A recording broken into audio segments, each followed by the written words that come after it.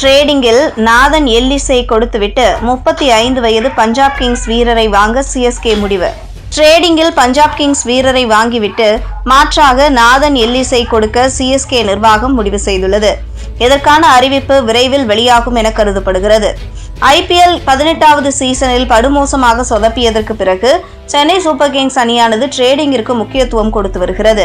19வது சீசனுக்கான trading window open ஆகி உள்ள நிலையில் சென்னை சூப்பர் கிங்ஸ் அணியானது அதிக அளவில் ட்ரேடிங்கில் வீரர்களை வாங்க முடிவு செய்துள்ளது. ராஜஸ்தான் ராயல்ஸ் அணியில் இருந்து சஞ்சு சாம்சனையும், குஜராத் டைட்டன்ஸ் அணியில் இருந்து வாஷிங்டன் சுந்தர், ராகுல் திவேதியா போன்றவர்களையும் வாங்க முடிவு செய்துள்ளார்களாம்.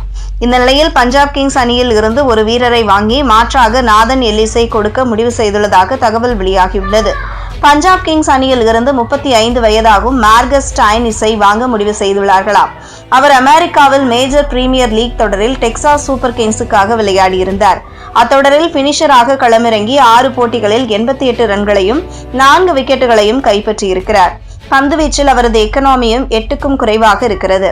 பஞ்சாப் கிங்ஸை தொடர்பு கொண்டு மார்கஸ் ஸ்டைனிஸை கேட்டதற்கு உடனே பஞ்சாப் கிங்ஸ் நிர்வாகம் சம்மதம் தெரிவித்ததாகவும் மாற்றாக நாதன் எல்லிஸை கேட்டதாகவும் கூறப்படுகிறது.